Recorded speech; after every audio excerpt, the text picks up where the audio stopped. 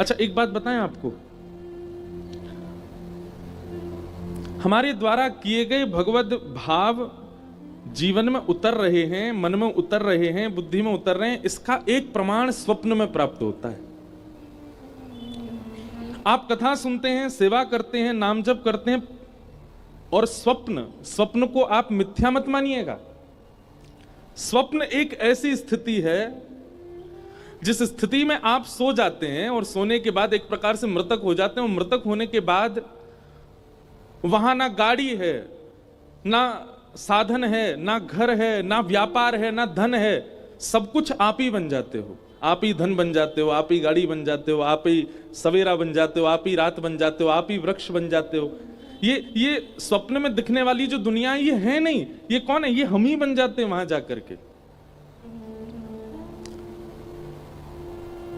हमारे साधुओं ने, संतों ने, ऋषियों ने इस बात को प्रमाणित किया कि व्यक्ति के हृदय की वास्तविक स्थिति उसके स्वप्न में दिखाई देती है। अनंत कथाएं सुनने के बाद भी, नाम जप करने के बाद भी, वृंदावन गमन करने के बाद भी, माला फेरने के बाद भी स्वप्न में आपको वो दिख रहा है जो नहीं दिखना चाहिए। वह दिख रहा है जिससे आप भयभीत हो रहे हो। या सीधी बात, ना भय की कोई वस्तु दिख रही है, ना ऐसी कोई वस्तु जो नहीं दिखनी, बस संसार दिख रहा है, तो भी आप अपने हृदय का आकलन लगा सकते हो कि यहां है मेरी स्थिति।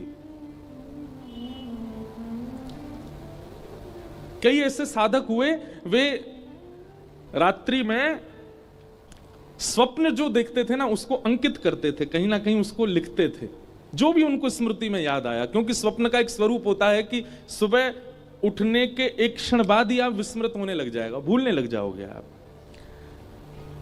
2-4 घंटे बाद जो आप बता रहे हैं वो कई बार आप मनोभाव से बनाते हैं। स्वप्न वास्तविक याद सबको नहीं रहता, पर कहीं ना कहीं हमको अपनी स्थिति पता चल जाती है कि किस तरीके का स्वप्न हम देख रहे हैं। वो हमारी आंतरिक मन की स्थिति दिखाता है।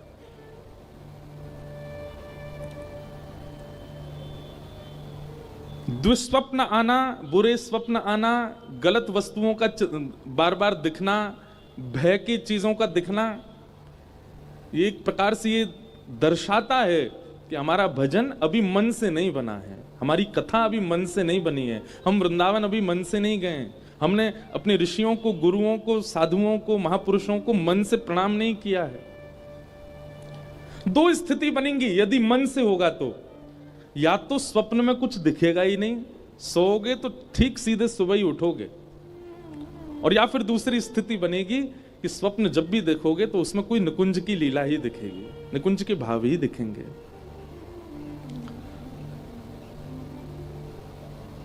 कभी वृंदावन परिक्रमा दिख जाएगी, कभी कोई साधु दिख जाएंगे, कभी कोई भाव दिख जाएगा, कभी महादेव, और ये तो विशेष रूप से होगा कि श्री किशोरी जी की, ठाकुर जी की सेवा करने वाले इनको महादेव जरूर दिखेंगे स्वप्न में, और महादेव की आराधना करने वाले इनको युगल सरकार जरूर अनुभव कराएंगे।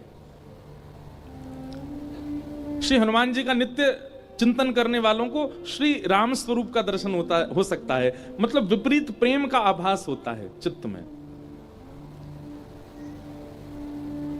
पर हमें क्या दिखते हैं? हमें सांप दिख रहे हैं, कोई को ब्याह दिख रहा है, कोई मरो भयो दिख रहा है, अपनों ही ब्याह दिख रहा है, कभी खाते हुए दिख रहे हैं, कभी रोते हुए दिख रहे हैं, कभी भागते हुए दिख रहे हैं। मन की स्थिति आपका स्वप्न बताता है कि आप किस स्थिति में हो, किस स्तर पर आ चुके हो। स्वप्न को मिथ्या मत मानिएगा। उसके लिए क्या करें? तो एक तो वैदिक नियम है जो कि श्रीमद् भागवत ने आज्ञा की है, गजेंद्र मोक्ष का पाठ किया करो। रात्रि शयन से पूर्व हाथ पैर धो करके अगर आप कर सको तो श्री गजेंद्र मोक्ष का पाठ करो। दुष्स्वप्न नाश, दुष्स्वप्नों का नाश होता है। और या फिर सोने से पहले कथा की कोई लीला, ठाकुर जी की कोई लीला, ठाकुर जी का कोई भाव, उसका दर्शन करो, उसका चिंतन करो, और फिर शयन में जाओ। स्वप्न में दिखी, ये सूरदास जी वाणी लिखते हैं, कुम्मन दास जी ठाकुर जी की लीला लिखते हैं। इनको कहां अनुभव होती है ये? या तो स्वप्न में या फिर मानसी में। तो स्वप्न सामान्य नहीं है, स्वप्न स्थिति है आपके भजन की, आपके मन की, आपकी बुद्धि की। आपके विकार कितने नष्ट हो रहे हैं ये आपका स्वप्न बताएगा।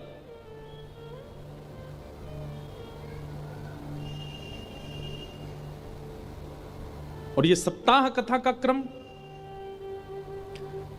वह स्वप्न आवे जिससे प्रिया प्रियतम का वह अनुभव आभास हो। हमारे वृंदावन की लीला है, श्री बिहारिन देव जी बिहारी जी की सेवा कर रहे हैं और बिहारी जी की सेवा करते करते बिहारी जी से बस एक ही प्रार्थना करते हैं, कब मिलेगो मोय वो निज वृंदावन। जिस निज वृंदावन में स्वामी श्री हरदास जी विहार कर रहे हैं, जिस निज वृंदावन में सब आचार्य हैं, जिस निज वृंदावन में आप मूर्तिमंत होकर के नहीं चलते फिरते दिखाई देते हो, वो निज वृंदावन कब प्राप्त होगा। और बस बिहारी जी की सेवा करते नित्य यही भाव रखते, कब मिलेगो मोय वो निज वृंदावन। एक दिन यमुना जी के तट पर बिहारी जी का भी मंगला नहीं हुई है, बिहारी जी का भी उत्थापन नहीं हुआ, उससे पूर्व स्वयं स्नान के लिए यमुना जी गए। अब देखो कहां कब अनुभूति हो जाए ये भी हम कह नहीं सकते।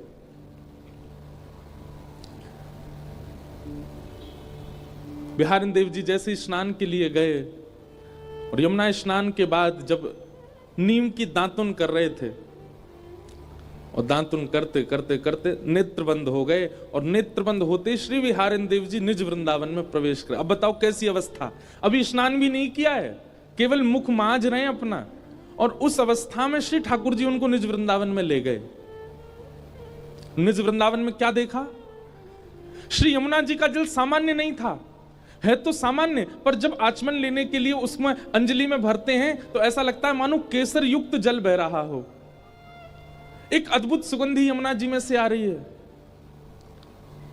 अभी के वृंदावन में हमें यमुना जी के तट पर बालू दिखती है, पर बिहारिन देव जी कह रहे हैं कि निज वृंदावन की यमुना जी की बालू तो मणियों की है, रत्नों की है, हीरों की है, मोतियों की है, अद्भुत चमक है।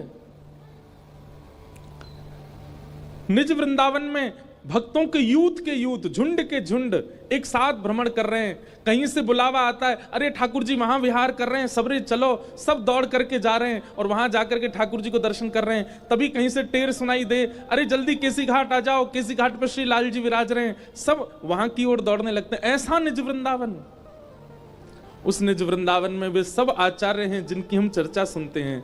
मीराबाई हैं, सूरदास हैं, करमेती बाई हैं, कृष्णदास हैं, सब हैं वहां।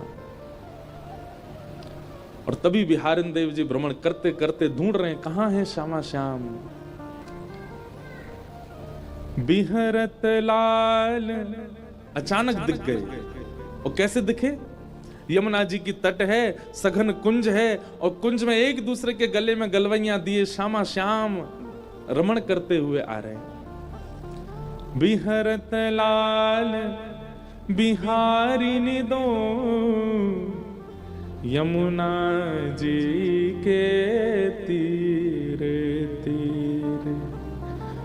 बिहरत लाल बिहारिनी दो यमुना जी के तीरे तीरे। इतना अद्भुत दर्शन होता है श्री बिहारिन देव जी को। ठाकुर जी किशोरी जी को देख रहे हैं, किशोरी जी ठाकुर जी को देख रही हैं। किशोरी जी की गुलाबी चुनरी, ठाकुर जी की पीली चुनरी, वो भी नीचे आपस में मिल रहे हैं। ठाकुर जी के नेत्र किशोरी जी के नेत्रन से मिल रहे हैं। ठाकुर जी के कानन के कुंडल किशोरी जी के कानन के कुंडल से मिल रहे हैं। नथ बेसर से मिल रही है। श्रृंगार श्रृंगार से मिल रहे हो है। मानो श्री कृष्ण ही एकमात्र किशोरी जी से नहीं मिल रहे हैं, ठाकुर जी के अंग पर विराजमान जितने भी आभूषण हैं मानो वे भी सचल हो गए हों, किशोरी जी के आभूषण सचल हो गए हों, आपस में वे भी मिल रहे हैं। एक अद्भुत छटा का दर्शन होता है।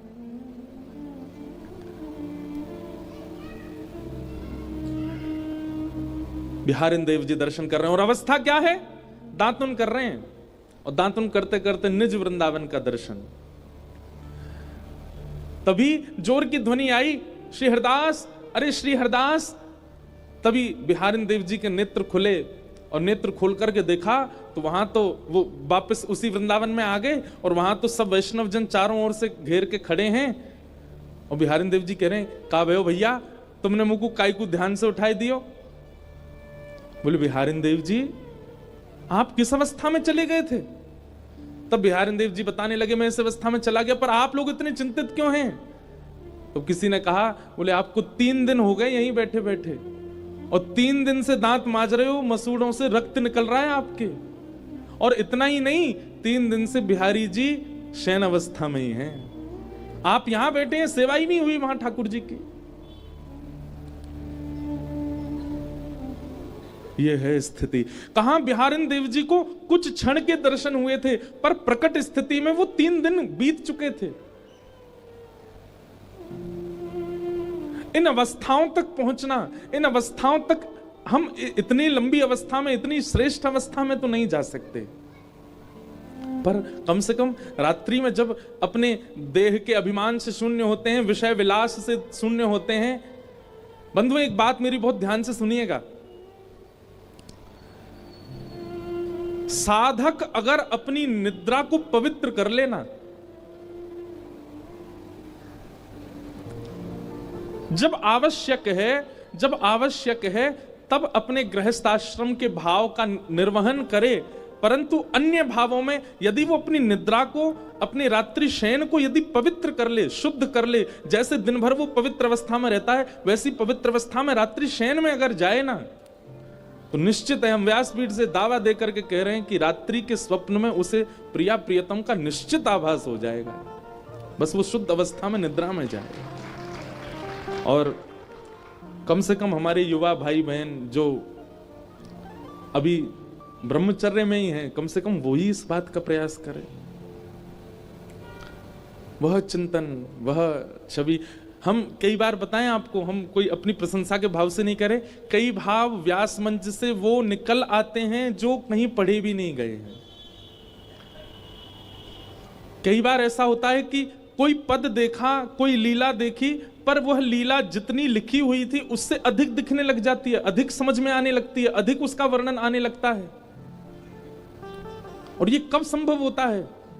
जब कहीं ना कहीं हमारा मानसिक भाव शुद्ध हो, हमारे मन शुद्ध हो, और मन की शुद्धता का एकमात्र उपाय है श्रीमद् भागवत की कथा। यहां ज्ञान के जो कड़वे नीम खिलाए जाते हैं ना, वो कड़वे नीम औषधि हैं, ताकि रसगुल्ला खा सको, ताकि गुलाब जामुन खा सको, ताकि गाजर का हलवा खा सको।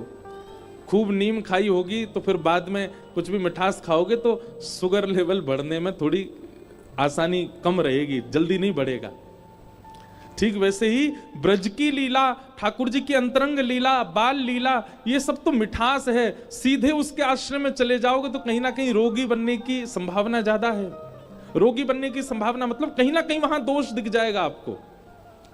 लेकिन श्रीमद् भागवत के अनन्य ज्ञान, जहां पर कई भक्तों के चरित्र, कई भाव सुनाए जा रहे हैं, इनका नीम यदि पहले ले लिया होगा तो उस लीला को समझने में और सहजता आ जाएगी। इसलिए भागवत में सीधे लीलाएं नहीं सुनाई जाती, पहले कई भक्तों के चरित्र और कई ज्ञान के प्रसंग सुनाए जाते हैं। तो ऐसी भागवत की कथा हमारे जीवन में आई है, हम उनके आश्रय में रह करके आइए उस स्थिति में पहुंचे कि कभी स्वप्न में ही सही ठाकुर जी का वह साक्षात्कार हो।